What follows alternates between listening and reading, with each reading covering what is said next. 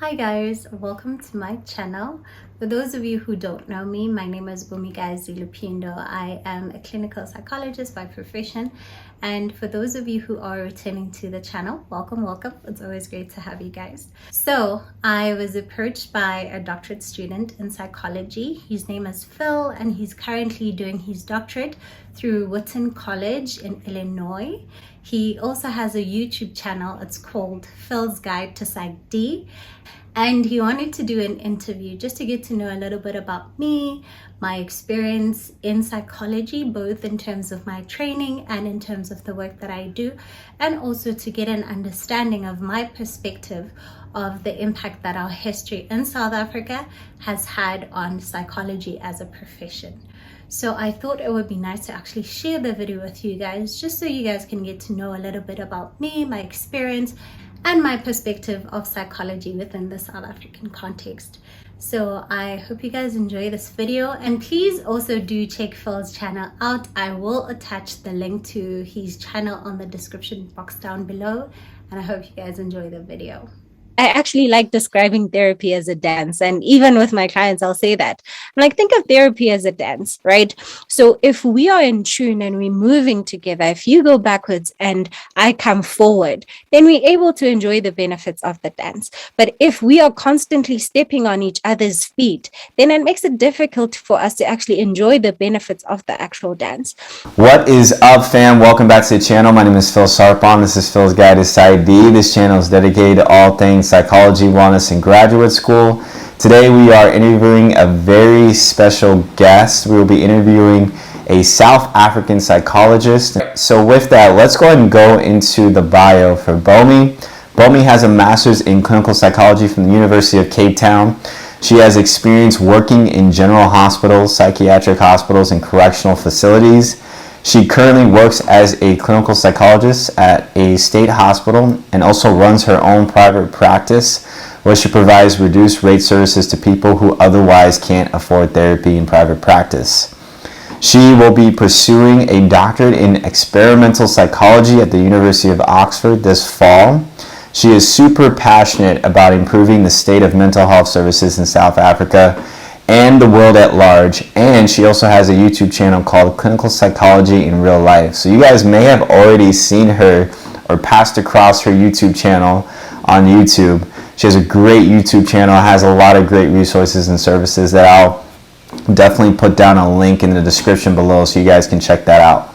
Provides a lot of great information in regards to the field of psychology. So with that, let's go ahead and dive right into this interview.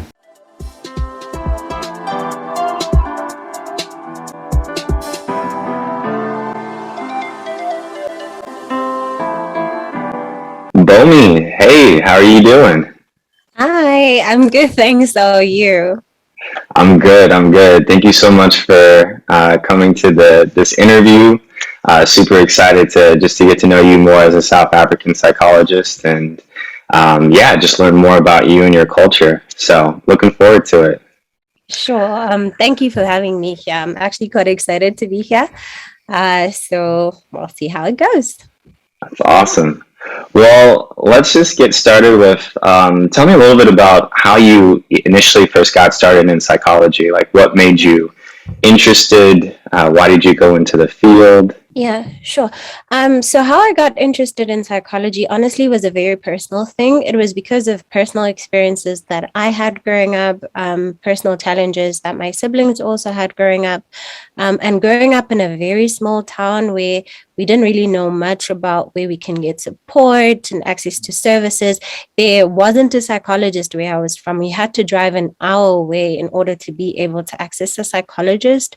So it's through those experiences that I kind of wanted to understand how we can actually get help, because there surely had to be a way in which we could get help. So I think that's where my interest started in the field of psychology. And that's kind of the thing that motivated me to want to be a psychologist, because I wanted to provide that sense of containment that I felt that we needed at the time. And because of my parents' own difficulties, they also weren't able to provide that sense of containment for us. So yeah, that's mostly where my interest started. Wow. I mean, that's super cool. I mean, it's cool that Yeah. you had that family influence as well as the cultural influence of like kind of motivating you to go into it. I'm wondering because I know like with your education, like it is different than the American system a little bit.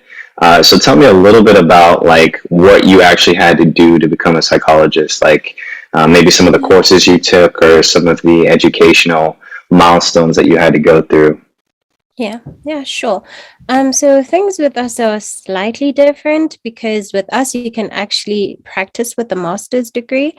Because I know internationally you need a doctorate in order for you to actually practice. So how it works with us is that you need an undergrad and an honors. So some undergrad psychology degrees come with an honors. So if it's a 4-year degree, it tends to come with an honors degree. But if it's a 3-year degree, then you'd have to do your honors on the 4th year. And then your master's, which in most universities is 1 year. And in some universities, like the one that I went to, it was a 2-year program. That's the year where we actually get to do clinical work. So in your programs, that would be the 3-year program. So we do that whole program in a year. So that's research, clinical work, coursework, all of that is done in a year. And then after that, you need to do your internship. So depending on which category of psychology you're registering under, so we have industrial, counseling, clinical, and recently neuropsychology is also an option for you. So, and also educational psychology. So depending on what you do, you then have to do your internship, which is generally 1 year. And then after that, again, depending on which one you're doing, you have to do your community service. And then after your community service, you then become qualified to practice as an independent practitioner, which is what I'm currently doing now.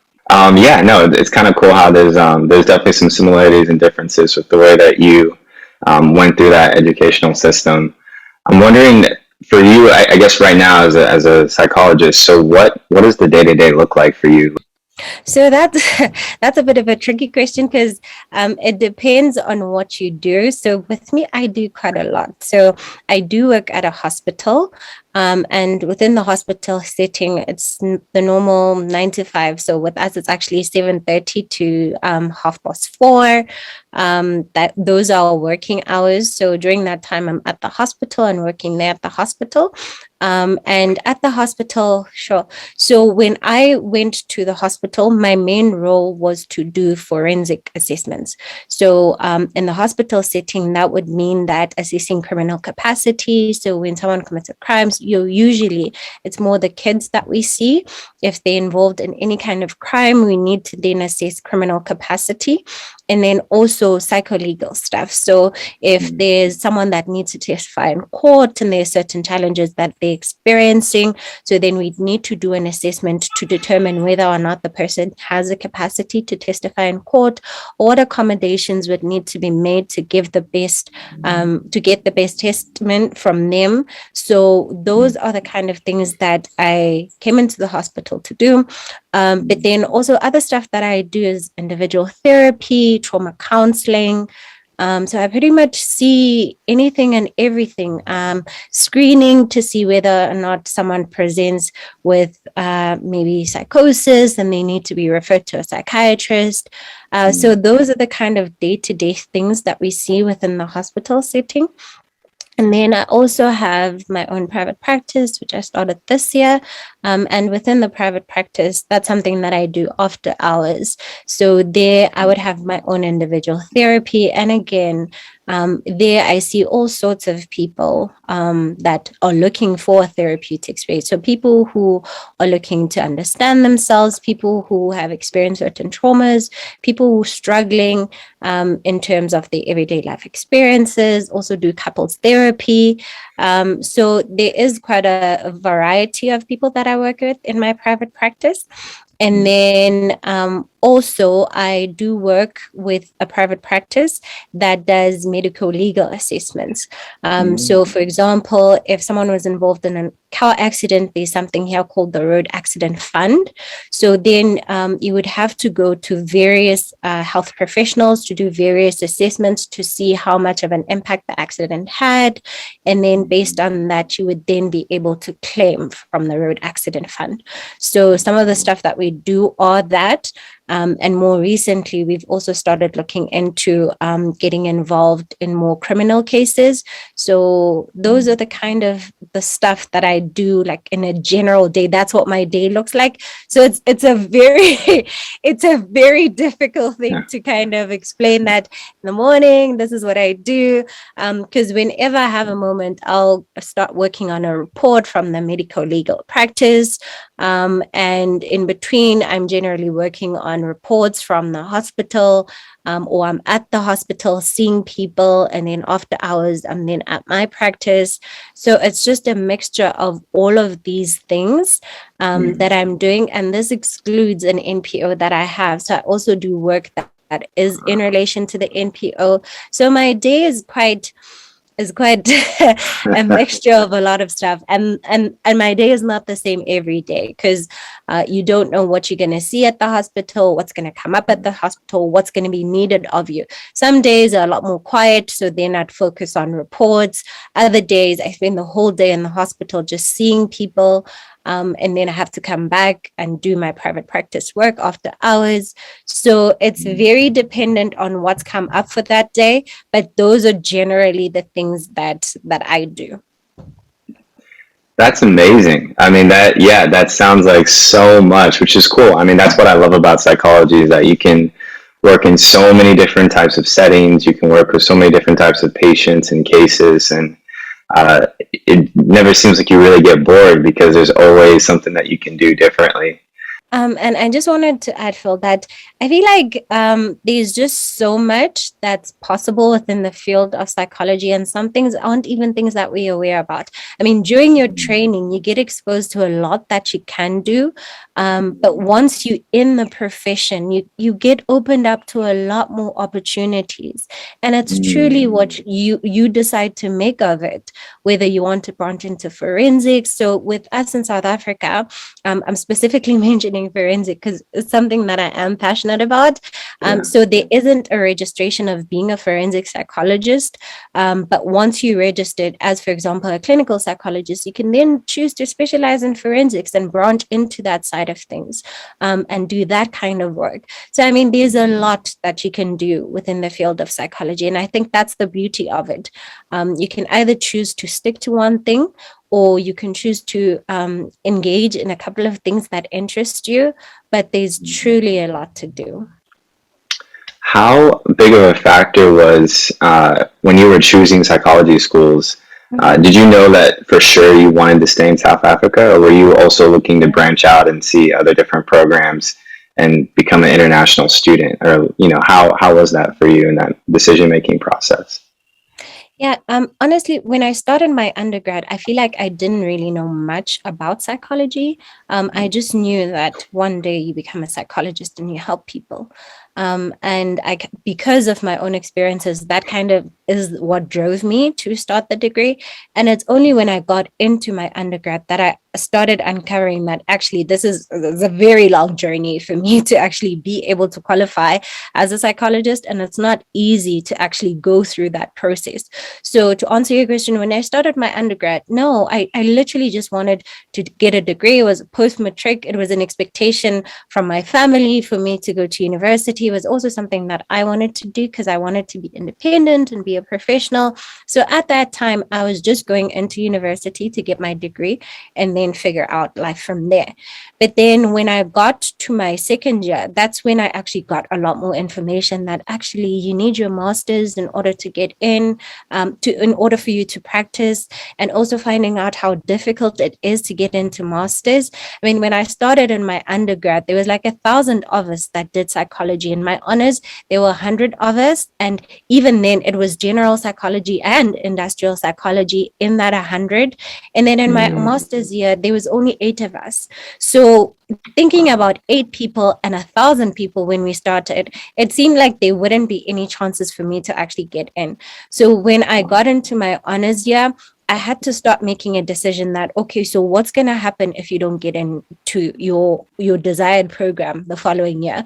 And a lot of people were discouraging. They're like, no, don't apply for clinical psychology. There's this general consensus that it's easier to get into other registrations of psychology than clinical psychology, which personally, I don't feel that's the truth, because I think it's mostly dependent on what's more suitable for you and what you feel the work that you're kind of interested in and what fits for you. That would be the determinant of whether or not you get into the program. So fit is quite important. So I think it's not a program thing, but rather a fit thing. That people don't really take into account. So when I got into my honors year and I was just stressing about all these things, I then started thinking about, okay, so maybe I should broaden my options and look into applying abroad and going to other universities. But I knew that it would be difficult for me to actually come back to South Africa and practice. And that's because it's interesting that for a South African who is a clinical psychologist to move abroad and register, it's a lot more easier than having someone who studied abroad to come into South Africa and actually be able to practice. So that's also something that's quite interesting. So I knew that if I went and did my master's abroad, it would be quite a challenge for me to come back. I'd have to come back and do courses that are context specific. And I mean, it's understandable because the different contexts and the contextual factors that you need to consider are quite important. So from that perspective, it does make sense. But at the same time, I think that was also something that was weighing heavily on me, that if I do have to move and have to study abroad, then it would be a challenge for me to actually come back and practice in my own country. But fortunately, I did get into my master's program the first year that I applied. So that really wasn't something that I was too worried about. But I think since that time, and also during my third year, I participated in a student exchange program to study in Canada. So I spent that year in Canada. And having had that experience, it was just mind-blowing. And just to see how, firstly, the level of education was the same and the things that we learned about were the same. So it was interesting to see that, and that I was actually able to thrive when I was there. But most importantly, there are certain things that we were actually taught about that we tend to kind of not delve into. And one of these that I remember, because one of my favorite classes was abnormal psychology. And one of the things that we learned about were sexual dysfunctions. And we learned at depth about those, how to diagnose them, how to treat them.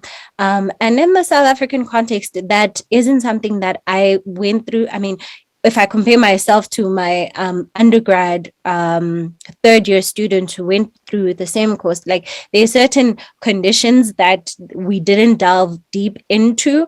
So it was nice to have that kind of experience. And a lot of the theories that we use have been developed in other countries, like in the UK. So I know there's quite a lot of psychology theories and interventions that come from the UK. So those are the kind of things that started interested me in terms of thinking about whether or not I'd want to pursue studies abroad. And that's the main thing, like getting access to that knowledge bases and being able to bring it into South Africa would definitely be something that has made me quite open to studying abroad. That's incredible. I mean, I think it's cool because the fact that you've done your training in South Africa, obviously you're from South Africa, you know the culture well, you know the people. I'm sure that gives you an advantage in regards to treatment, in regards to how you can help your patients and help your clients. I'm wondering if there are any like subtle differences in the way that you go about therapy in regards to having a cultural influence to it, or perhaps because you know the setting really well, making that experience unique for those patients. I wonder if there's any type of cultural components that you think about in regards to doing treatment or therapy or assessment. So Yes, definitely. There is, for example, with psychometric assessments, it's a given that you need to consider the cultural components. And also, if there are norms that are context specific, then it becomes important to use those norms because it kind of gives you like a more accurate estimation if it's people with the same kind of experiences and from the same cultural context. In terms of therapy itself, I'm going to say yes and no. Yes, in the sense that, of course, like culture is something that we do take into account. But I feel like it's not a South African thing, it's a therapy thing. So for me, therapy is very personal. So when someone comes into the therapeutic space, it's about them. I don't think about whether they're from South Africa, they're from abroad. It's about them and what they bring into the space. And that becomes the central focus for me. We work with that. We adjust therapy and we work in the therapeutic space based on your individual experiences and what makes sense for you and what feels important for you. So that's why I'm saying yes and no. Yes, because for some people, like being from South Africa and having lived experiences in South Africa and cultural stuff, those are things that have impacted them. But for them, they might not necessarily be important within the therapeutic space. So for me, it's literally about the individual and it's person dependent. So the therapeutic space, literally, it's different for all of you. So I actually like describing therapy as a dance. And even with my clients, I'll say that. I'm like, think of therapy as a dance, right? So if we are in tune and we're moving together, if you go backwards and I come forward, then we're able to enjoy the benefits of the dance. But if we are constantly stepping on each other's feet, then it makes it difficult for us to actually enjoy the benefits of the actual dance. So being in a context and thinking that you can generalize contextual stuff to everyone you see within the therapeutic space, then it makes it quite difficult to understand the individual person that you're working with and what feels important for them. So for me, yes, in a general sense, of course, those are the kind of things that we need to take into account. But when it comes to therapy, literally it's about the individual. And if it's a couple, it's about the couple and the two individuals that are coming into the couple. Those are the things that we consider, that how do these differences between you two then affect the couple itself, and we consider the couple as an actual entity of its own. So yeah, I hope that kind of answers your question. Oh yeah, yeah, absolutely. I find it fascinating because even for me, so I was born in Ghana, and then my family and I, we moved to the US when I was maybe 8 or 9 years old. And I grew up, in this sort of dual culture where, Ghanaian influence as well as Black American influence. And I could see that, sometimes the stigma of even going to therapy was pretty high. And just in my community, even going back to Ghana, sometimes it would be over spiritualized, right? So sometimes there wouldn't be a central focus on mental health. And so I kind of had to learn from that, as I got older in regards to seeing therapy as something that was very important for me, even though it didn't necessarily fit into my cultural context. And even today, I can kind of see that shift moving. I think in many minority communities where therapy is becoming more of a focus, more talked about, less stigmatized. I wonder for you, like even within the South African culture, is there any type of stigma, or and if there is, how do you go about it? How do you educate people in regards to therapy and psychology? Yeah, yeah. So I think firstly, I'd like to speak about therapy itself and then more broadly. I think a mistake that's often made, especially people who have been trained in like these westernized perspectives, is that that's what we want to prescribe, that we want to understand the problem purely from a Western perspective. Whereas the person that you're seeing might have a different understanding of it and might make sense of it differently. And for me, what I've learned in the therapy that I do provide is that it's important for us to consider how the person understands their their experiences, because it's their experiences. You might come into this space and be the professional in terms of mental health, but they are the professional in terms of their lives. And having that understanding and allowing them to share their understanding actually helps you guys to actually build more rapport, and for the person to be a lot more committed into the therapeutic space because they feel heard, and what feels important to them and how they make sense of things. Those are things that are being considered in the therapeutic space. So I think from that sense, it's quite important for us to open up more room to actually having those kind of discussions within the therapeutic space and actually being curious about them. So if someone understands something from a spiritual perspective, being curious about that and trying to make sense of it with the person, because the important thing is to provide some sort of containment and help the person make sense of things so that they can actually be able to go back into their communities and function, right? So I feel that's the first important thing for us to actually consider when we are working with people. And I guess it kind of answers your second question in terms of how do we then address this kind of stigma there is. So yeah, there is quite a lot of stigma in relation to psychology and notions around psychology. And I think specifically if we think about South Africa and the history of South Africa and apartheid, those are the kind of things that have significantly influenced the way in which people experience things, the way in which people make sense of things, and their openness to therapy, right? And their openness to getting help. Right. And I mean, if we think about a Black person, there's this social expectation that Black people are strong people. Black people are resilient, and whatever it is they're confronted with, they can get through it. And it's notions like that. Yes, it's not to say that we're not resilient, but in that resilience, we tend to neglect certain things that need to be intervened for. If you're struggling in a certain way, you don't have to struggle if there is something that is there to help you. Right.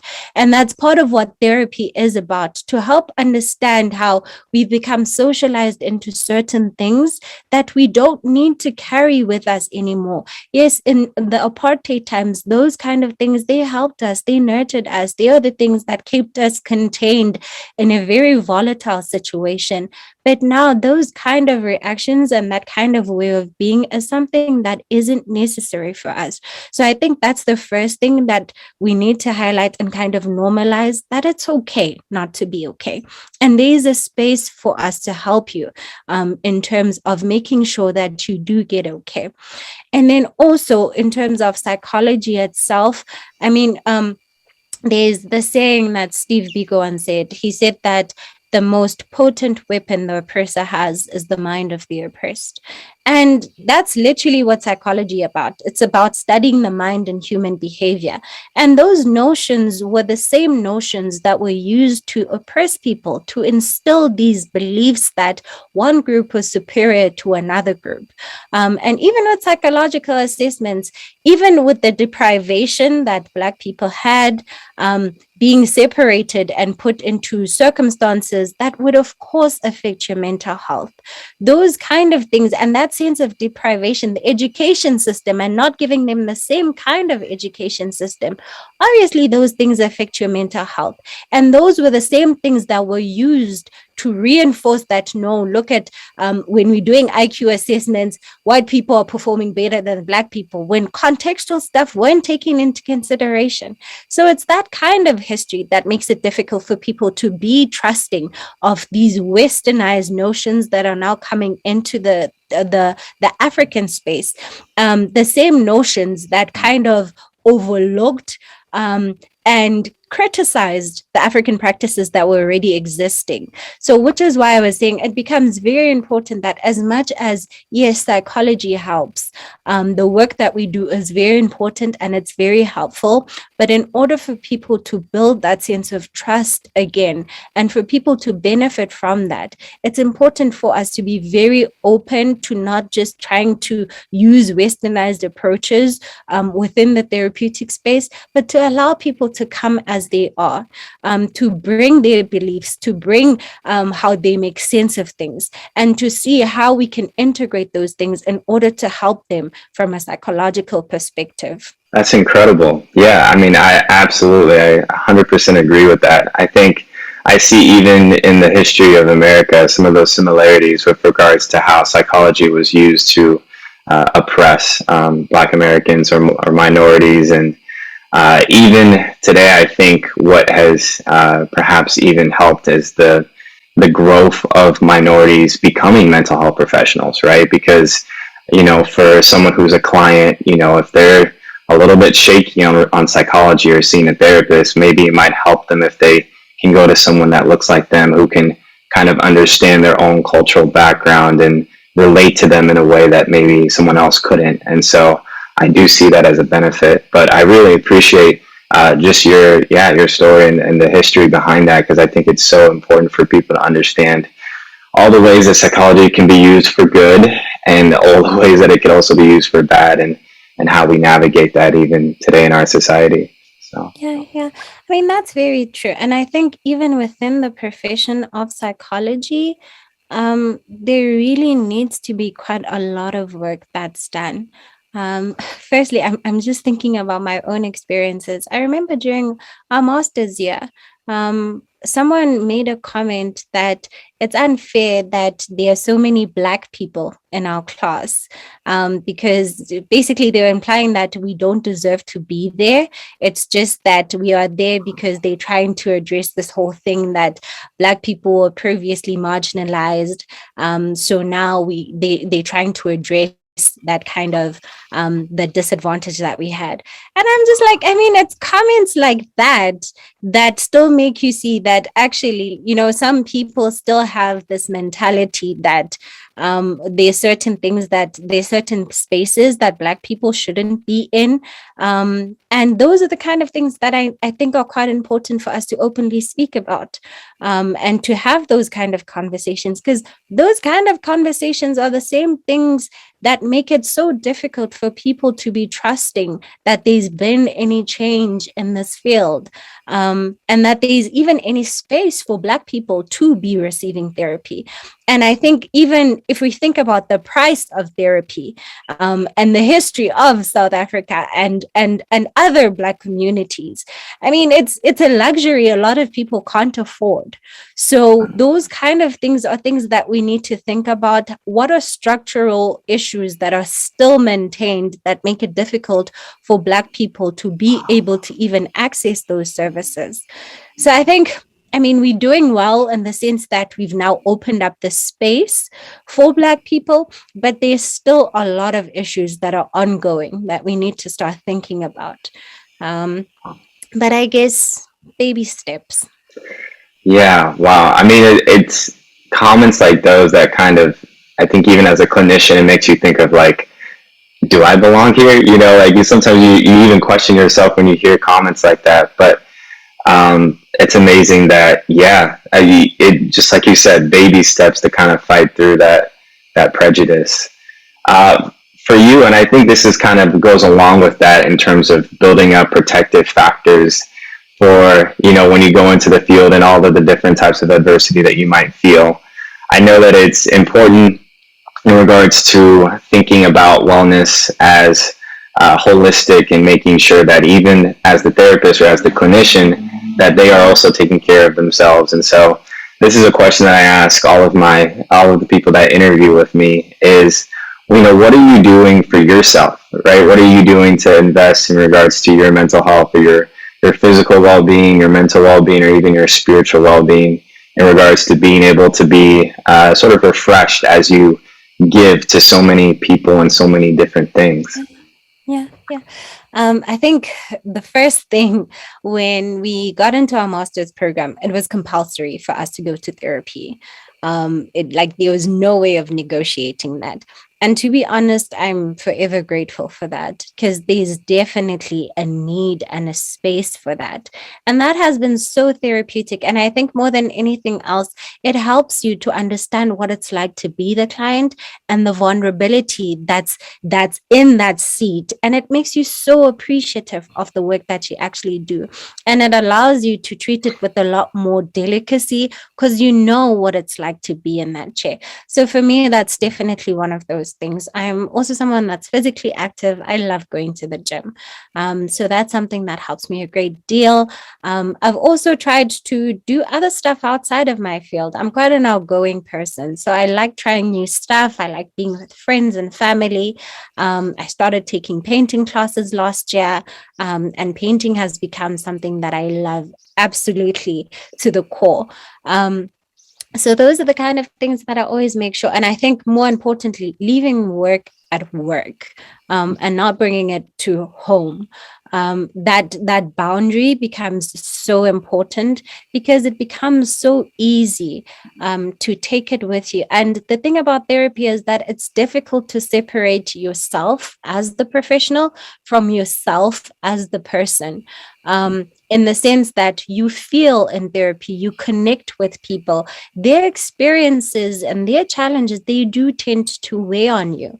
And finding a way to actually let that go, and not just carry it with you throughout the time. I think that has been like the most important thing for me in making sure that I take care of myself. And I think especially within the hospital setting, because that's where you actually get exposed to quite a lot of traumatic stuff.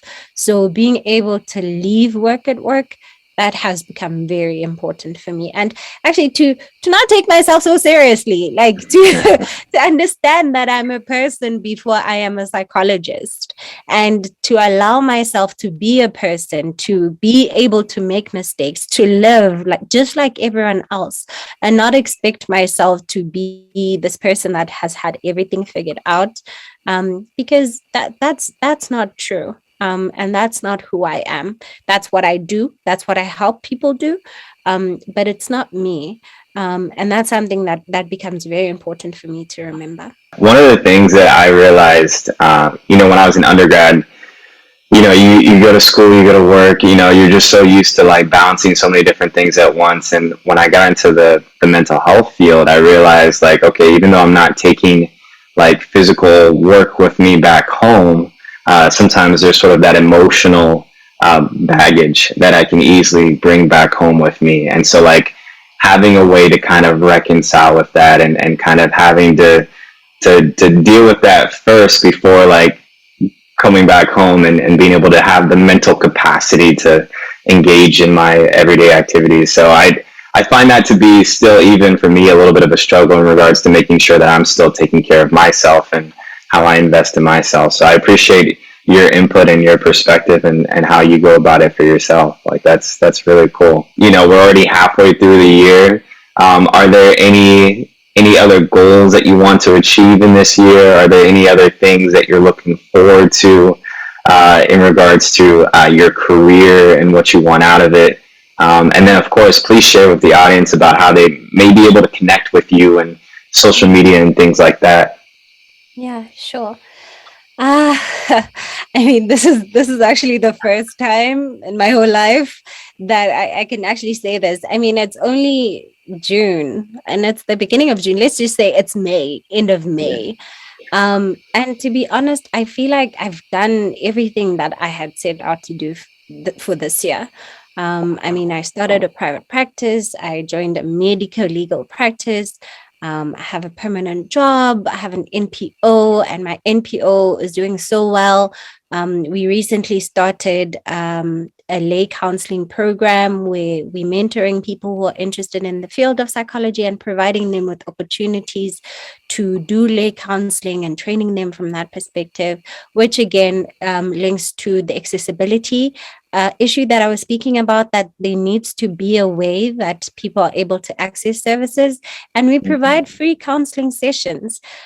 So that is something that's very important for me. I was also able to publish my paper this year with an international journal. What else? I managed to get into a doctorate program that I've wanted to get into. So I feel like I actually managed to achieve a lot this year. And I think I deserve a break from goals. So right now, no, I don't have any other goals that I'm hoping to achieve this year. I am looking forward to the end of this year, though, in September, actually, the first week of October, that's when I'll be starting my doctorate. So I'm really excited about that. And honestly, I'm just focusing my energy on the things that I'm already doing right now and making sure that I'm creating space so that when I do start my doctorate, I'm able to be present and be there without worrying about any other stuff.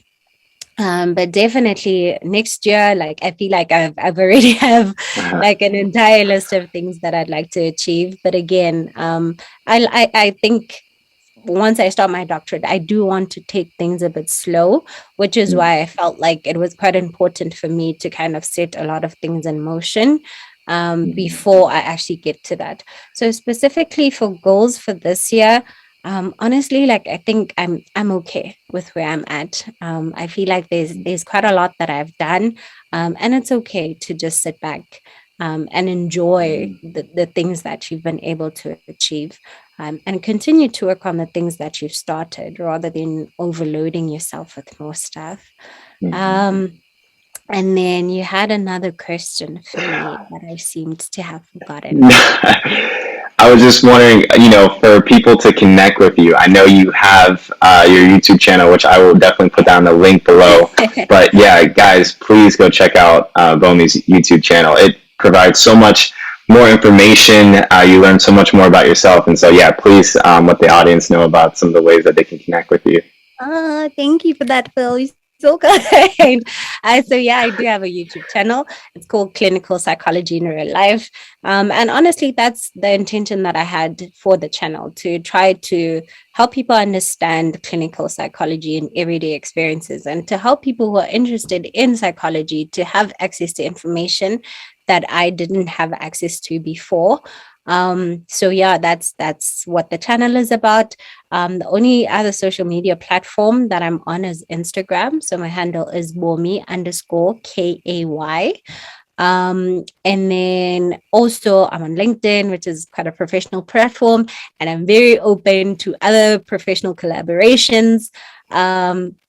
And any kind of work, I mean, that's related to mental health. Like, I'm a very open-minded person. I like collaborating with people, as long as it's within the scope of my goals, my values, and we share the same vision. I'm more than happy to partner up in those kind of stuff.